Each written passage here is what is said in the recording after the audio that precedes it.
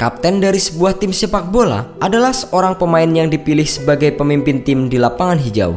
Seorang kapten biasanya dipilih dari pemain yang lebih tua dan lebih berpengalaman, atau bahkan pemain yang memberi pengaruh besar terhadap klub. Satu-satunya tugas resmi seorang kapten menurut peraturan pertandingan sepak bola FIFA adalah berpartisipasi dalam pelemparan koin untuk menentukan daerah lapangan sebelum memulai pertandingan atau saat babak adu penalti. Saat pertandingan berlangsung, kadang-kadang wasit akan berbicara dengan kapten tim tentang perilaku umum timnya. Selain itu, setiap piala yang dimenangkan sebuah tim juga akan diserahkan kepada kapten saat seremoni pemberian piala. Kapten yang bagus dan sukses ternyata bermacam-macam jenisnya. Tidak ada satu rumusan khusus yang bisa dijadikan model mutlak. Semuanya tergantung nasib dan preferensi pribadi manajer untuk menentukannya. Satu-satunya kesepakatan adalah bahwa kapten harus memiliki otoritas dan tanggung jawab serta jiwa kepemimpinan.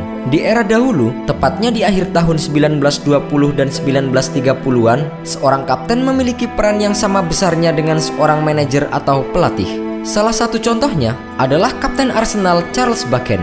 Ia meminta sang manajer Herbert Chapman untuk mengubah peran bermain bertahan dan menyesuaikan diri dengan peraturan offside yang baru. Chapman menerima usulan itu dan keduanya memang dikenal sering berdiskusi mengenai taktik dan strategi permainan.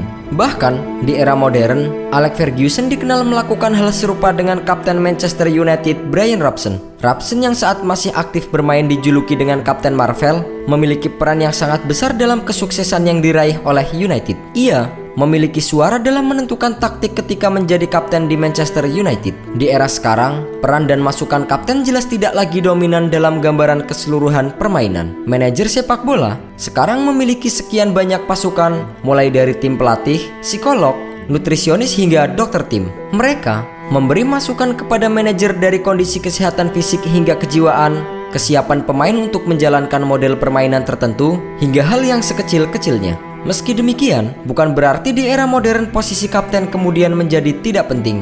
Di lapangan, ia tetaplah berperan. Dalam banyak hal, ia adalah orang yang paling dipercaya oleh manajer untuk merekat tim agar bergerak sebagai satu unit. Kapten tim juga memiliki tugas untuk mengingatkan akan instruksi yang diberikan oleh manajer. Namun, mengenai siapa kapten yang dipilih, hal tersebut betul-betul tergantung kepada selera manajer.